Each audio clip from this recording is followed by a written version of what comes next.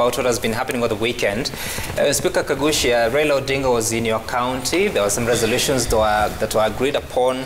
We also saw some exchange of gifts, cultural gifts between a delegation from Nyanza region to Mt.Kenya region. Let's listen to what the leaders said as they held some declarations on Saturday. We are not going to buy our rights by voting for somebody.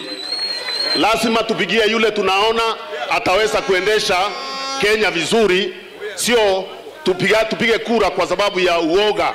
Walienda kule Meru na wakamtukana gavana wa huko, gavana Kiraitu. Walienda Nyandarua na wakamtukana gavana Kimemia.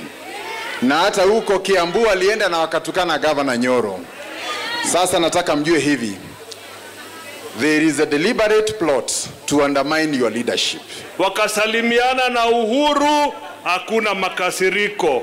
Hawa wengine wakiona muna support baba, wana makasiriko ya nini? Na tukubali ya kwamba sisi wakati tulikuwa tunashindana na baba, tuliharibu jina yake sana.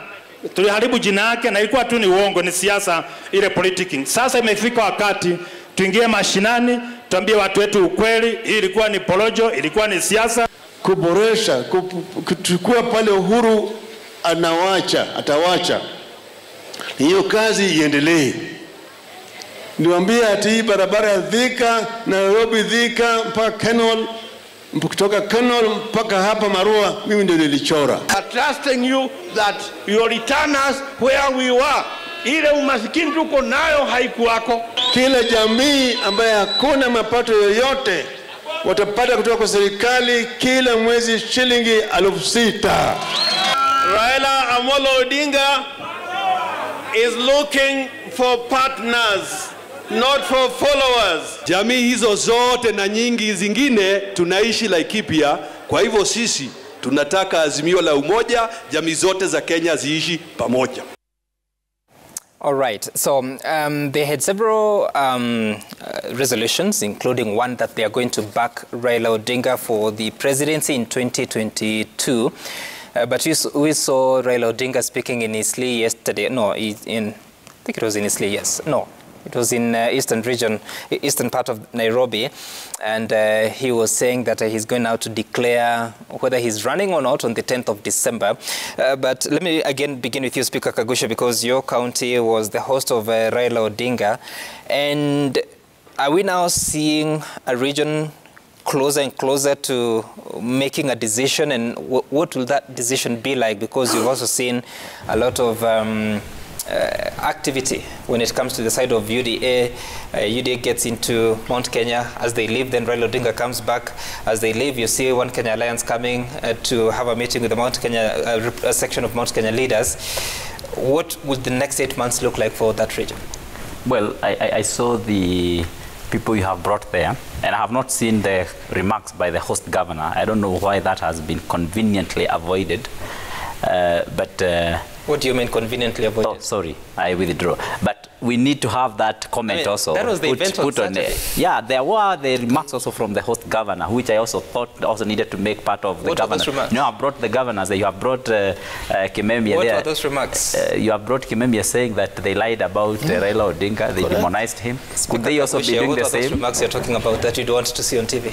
The Governor Kahiga, what he said. Saying what? About the history must not be what we are looking forward to in terms of the next government that was on Friday. We brought excerpts from Saturday, so there's no ulterior motive or any targeted. No, it's okay, no problem. I withdraw that. But the issue here is that you have seen the insincerity with some of those gentlemen who are standing there. A whole governor standing to tell a whole community and the whole nation that we lied, we cheated you, we said the wrong things, we besmirched someone's name.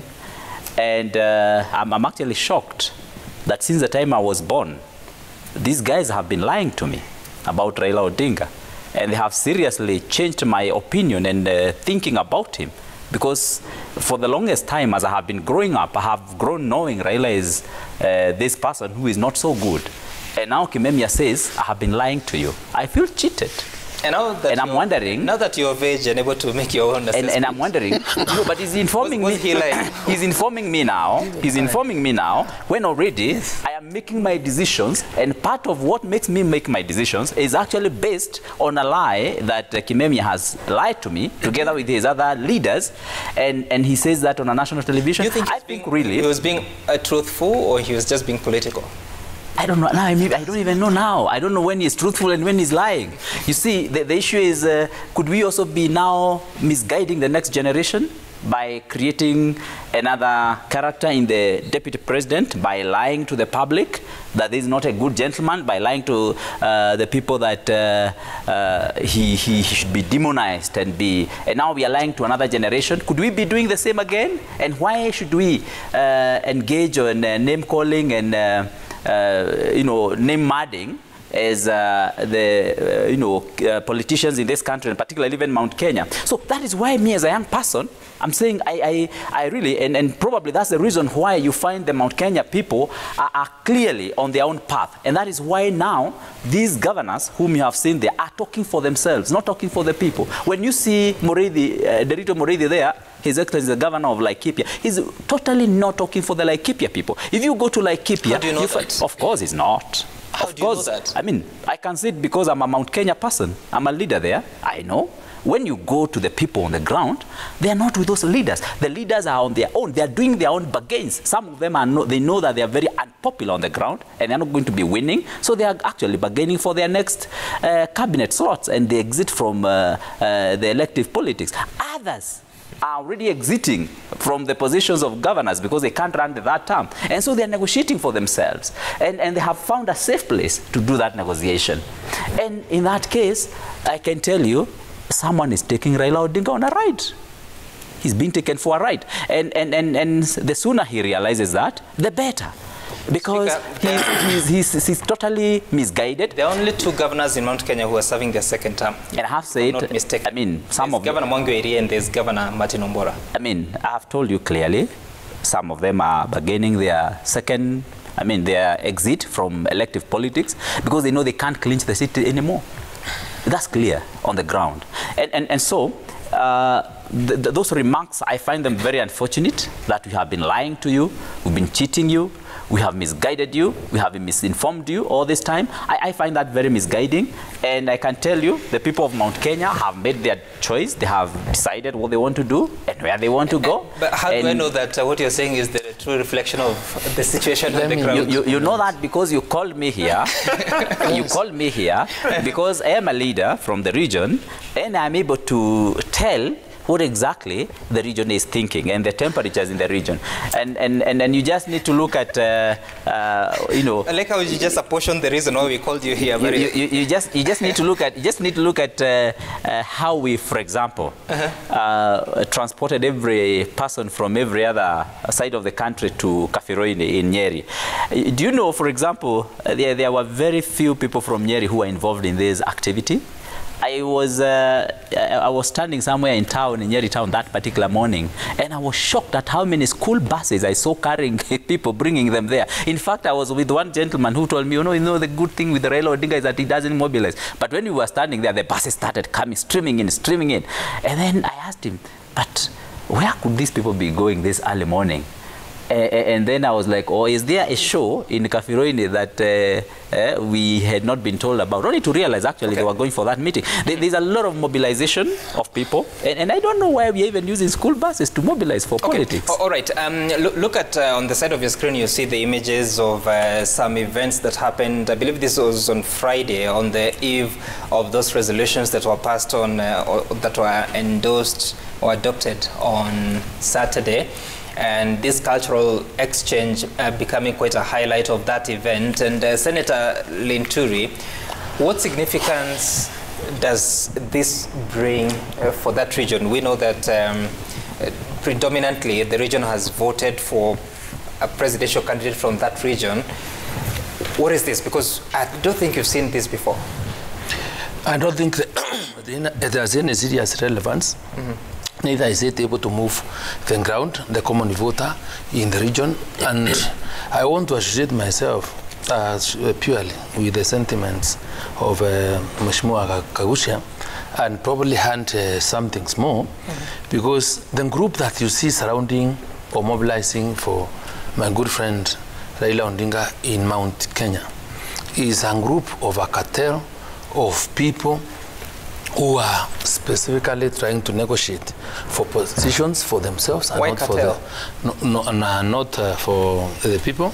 And secondly, let me tell you, the information that is being given out there is misleading, just like you are saying. I was in the meeting. You see, you've seen Governor Kinyanjui saying they came here, insulted Kiraitu, went to where. I was in that meeting.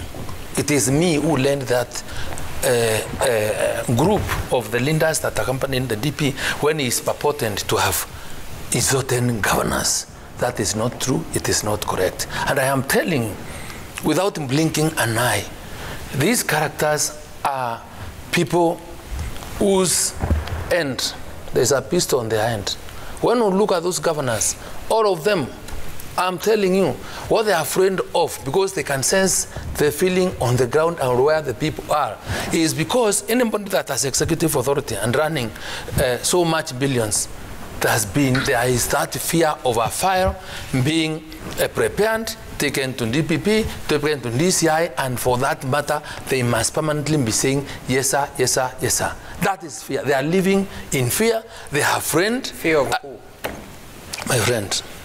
You just said that they have... I have told you the problem, the criminal justice system in this country, and I've said in this show a number of times, there are agencies in this country that are being used to frustrate, to intimidate, to blackmail leaders in this country. Those are not strong enough are the ones that won't succumb to such pressure and fear of being arraigned to court. So all these governors are afraid of us being put one file on them and the other. That is what is happening. And I'm sure you've been here for a long time, when you see the kind of crowds that, say, the deputy president is able to attract in those regions, you can see a passive crowd and an electrifying crowd, meaning they feel him and they believe what he's saying and they're willing to move together. And our governors, and I want to challenge them, and Raila Odinga must tell them, please go and conduct public meetings in my absence.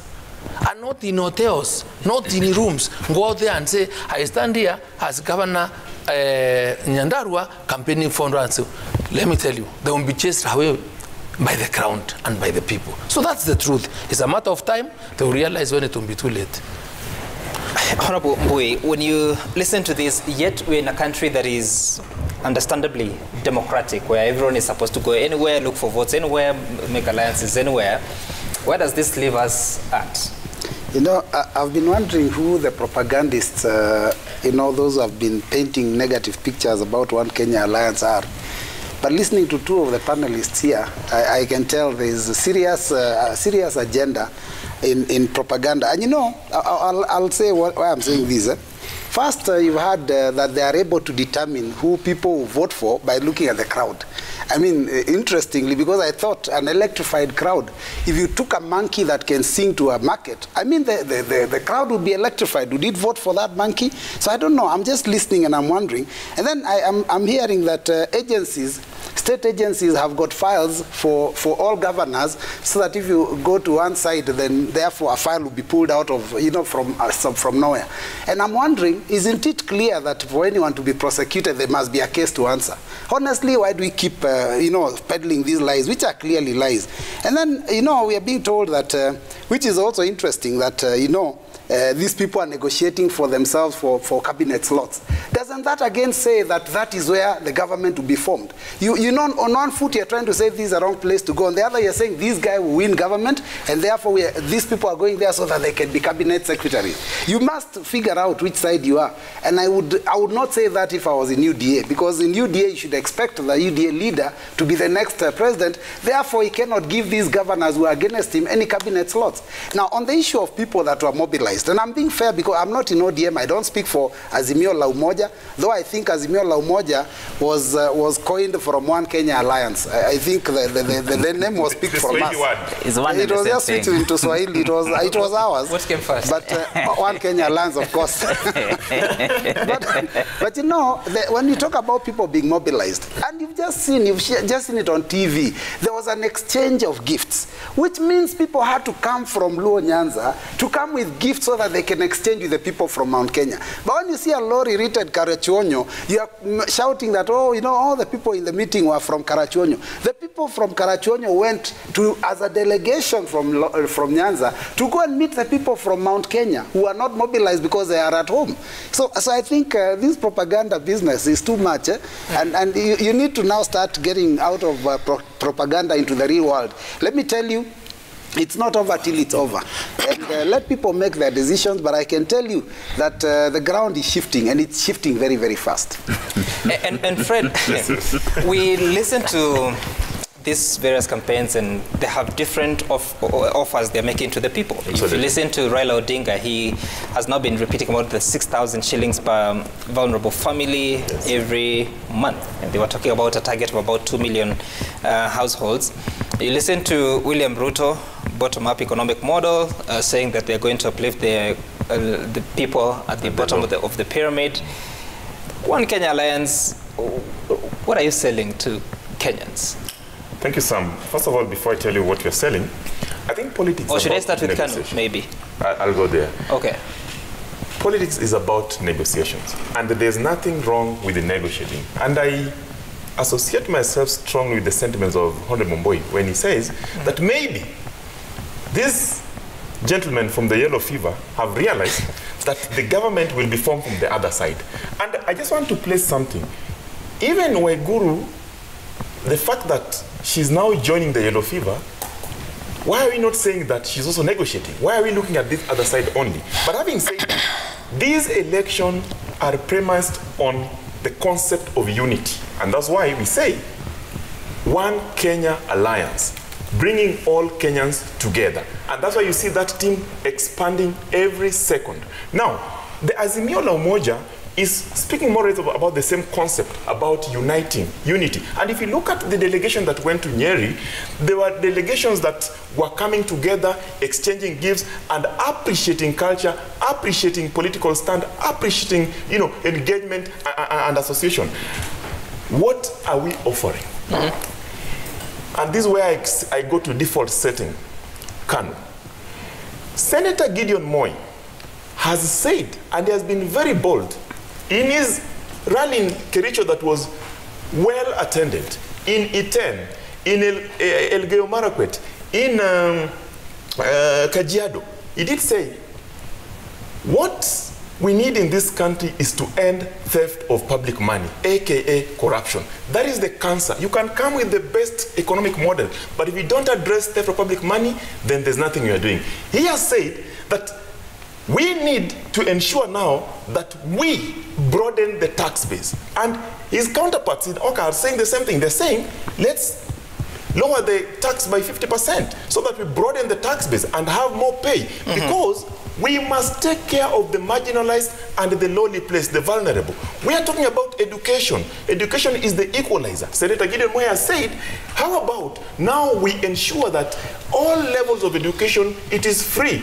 so that we equalize people. Because we have seen the challenges that the people are undergoing through education. Today we're talking about the teacher-student ratio. It is not to the global standard. We need more teachers, creating jobs so that we can fix that issue. We're talking about strengthening devolution. And we're trying... Just hold on. There are two things that you've said there that I wish you had more time to engage on. Because you're saying that you're going to end corruption. That has been such a campaign issue since 2013, 2017. And now, I mean, what will a Kanu government change? Form ni different. When you say form ni different, I want to answer you. Just listen to the question. That is one. Secondly, you said that you're going to make education free. Already, 500 billion shillings of the budget goes to financing education affairs. Where are you going to get all this other money, and how much? Have you even quantified how much it will take to finance the rest of the cost of education? Exactly. The reason why, even after putting 500 billion, the ratio is still not at par there is not equalization in education is because theft of public money. The President of the Republic of Kenya, Honorable Uhuru Muigai Kenyatta, told the public that every day we lose close to 2 billion. If you factor that money, how will that change that is going into theft, how about if you take a percentage of that money and put into the useful structures of education by standardizing, modernizing, and upgrading all the institutions so that they are equal? Number two, you have also asked. Just hold on. How? Education. No, how we do end corruption? Is about infrastructure. But ending corruption, number one, what we must do, we must expedite the cases, the time that they take in court. Number two, we must be very, very punitive with treating how we treat the thieves of public money. We have seen them catwalking around today. Oh. And we know that some of them are being mentioned in the economic crimes. What have we done from Goldenberg up to now? The cases are still in court. So if we expedite, then we are building public confidence. Number three, to end corruption, we also must look at ourselves as the public. Who do you put in office? And that's why we have been asking, in whose hands are you safe? In whose hands are you safe? Gideon Moy has been asking, who is trustworthy? We have people in this country, some, that we know very well, that not even their pets can trust them. Well, I don't know how you got to know that, but I mean, you're saying a lot of things, but you're not responding to my question. I'm asking you, if corruption is the biggest problem in this country and a Kanu government is going to correct that, how exactly? You tell me that you're going to expedite cases. Of course, there are certain cases that are in court at the moment, but how do you stop the stealing that could be happening at the moment? That's the question you're not Number giving me one, an answer. Going by performance of government and infrastructure, we must cap the costs and what we procure. In this country, we have situations some where a pen in another county A costs 20 shillings, and in county B, it costs 300, for example. So we must do capping. Number three, we must also stop wastage, because corruption is not just about stealing, it's also about wastage of resources. So all these issues put together in a structure that will also involve legislation, in a structure that will also involve amending the provisions of statutes that deal with this, then we can deal with that. And what I'm saying, Sam, is very simple. You know, very many people fear talking about corruption. And if you look at the presidential aspirants for now who have come out to talk about corruption, I can confidently say that I find Gideon Moy very confident talking about it because he knows very well he's not tainted. I find the Oka principle talking about that. But I'm very worried that there are certain quarters that when you mention the word corruption, they start fighting institutions. We are at a stage where we must strengthen institutions. We have run out of time, but you've said a few things that will need tightening. I wish you had more time, because you're saying that you will need to cap expenditure or cap the cost of commodities, but also through legislation. I mean, we have had 418 members of parliament, both senators and members of the National Assembly since 2013. They haven't seen the need to legislate. And that's why we are saying, Sam, let me just answer you briefly. I think what we are saying, Sam, is very simple. I think the questions you're asking are too hard for him to answer. I mean, you're asking about Kanu. Just allowed me. History. Both of you are speaking. Let's listen to a clip here of what transpired yesterday in Kirinyaga. It's not for discussion, just to remind you of how competitive the party primaries will be. Listen to how popular your dear party is. Not every party. Even Wiper, you show Wiper in Machakos. Ndugu yangu kule kutoka Kirinyaga, nataka kuambia Mheshimiwa Rais kwa heshima, Kirinyaga haijakosa watu wa kuandikwa kazi kwa serikali. Lakini huyo Kibicho amewacha kazi kwa ofisi akaenda kufanya siasa. Tukimwambia wache siasa anatuambia tumeza. Well, was looking for something else about Purity Ngirichi and Anne Igoro. We'll get to that shortly after this, but first let's take a look at the feedback that we have of what Kenyans have been saying via Twitter at Citizen TV Kenya at Sam Gituku. The hashtag to use is Debrek. We have, this is Nico Mainge. You're saying that Gideon Moy seems to be inactive in MtKenya Alliance campaigns. Could there be something else cooking, that is Maingi asking. Then Nakoti Mobimba, you're saying that Speaker Kagusha says the governors are negotiating for future government appointments. Who would negotiate with losers? They can only negotiate with those they believe will form the next government. Then Ongusu, I have a feeling that the DP might opt to support One Kenya principle, One Kenya Alliance principle to punish the Prime Minister. Almost all efforts of the government to lock out Ruto from ascending to power and to change the narrative and beat them in their game. DP may pull such a surprise. Okay. Okelo Mwalimu, my crystal ball tells me that both Waiguru and Girichi will be on the ballot come 2022. While the former will be on a UDA ticket, the former will be on a... What do you mean? Two formats. All right. Engineer Lazaro, serious political formations already hitting the road. While One Kenya Alliance luminaries are still in a silent supremacy battle among themselves, they have a chance of either joining the well-structured ODM Jubilee Coalition or UDA. Okay, all right, that's Engineer Lazaro on your views this morning. Do you have the clip of Ngirichi Waiguru meeting in Kirinyaga that will show you the contest for the ticket, which is one of the headaches for many political parties? Najua tuko wengi hapa. Ngirichi yuko hapa. Si Waiguru wako hapa. Hawa wote ni viongozi wetu. Sawa sawa.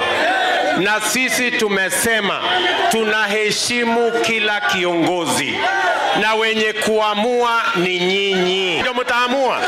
Sisi kama watu wa Kirinyaga tunasema ya kwamba wananchi ndio wataamua nani atachaguliwa Kirinyaga.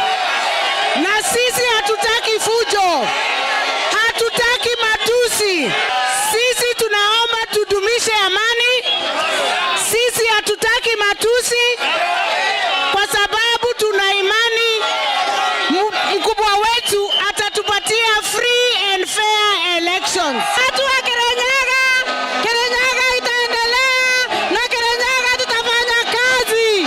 Kwa hivyo tunasema sisi sote tunafuata UDA. Sisi wote tunang'ang'ania tikiti. Ni kusema ya kwamba chama ya UDA ndio iko na mizizi na ndio inapendeza na ndio watu wa Mt.Kenya region wameamua ndio serikali ya mwaka ujao. Hii nyumba yetu ni kubwa na tutakubali kila mtu akuje kwa UDA. Wengi walikosa kuja kwa sababu ya kutishwa na kushikwa. Sisi kama UDA tunasema haki kwa kila mtu. We are going to conduct free and fair nominations. Na watu wasiogope. Watu wasiogope. Na musitishwe. Kwa sababu chama ya UDA hatubangwingwi. Hatufanyi aje. Hatupangwingwi. Mutakubali kupangwa? Mutapangiwa Nyeri na Nairobi kwa mahoteli ama mtajipanga? Mtajipanga Kirinyaga? All right, so those were the political events on Sunday as Deputy President William Ruto toured Kirinyaga County. And Polarisan. Are we not commenting about that? No, you're not, because you're out of time. The political parties will have to deal with this. How you conduct the nominations is really going to be crucial for the next phase of the election. Thank you so much, Speaker John Kagusha, Fred Okango from KANU, he's the Secretary of Political Affairs, Senator Mithika Linturi, and one Robert Mbui from Kathiani constituency. Thank you all for making time for us. And the viewer, continue listening to these conversations and making your own decision based on your best interests and the interests of the nation. My name is Sam Gituku. Bye for now. Up next is Sporty Monday, and it's a very good morning. Stephen Chitara will be here to tell you why, because now the top three on that table, their differentiating factor is just a point each, and very soon Manchester City will be at the top. Bye for now.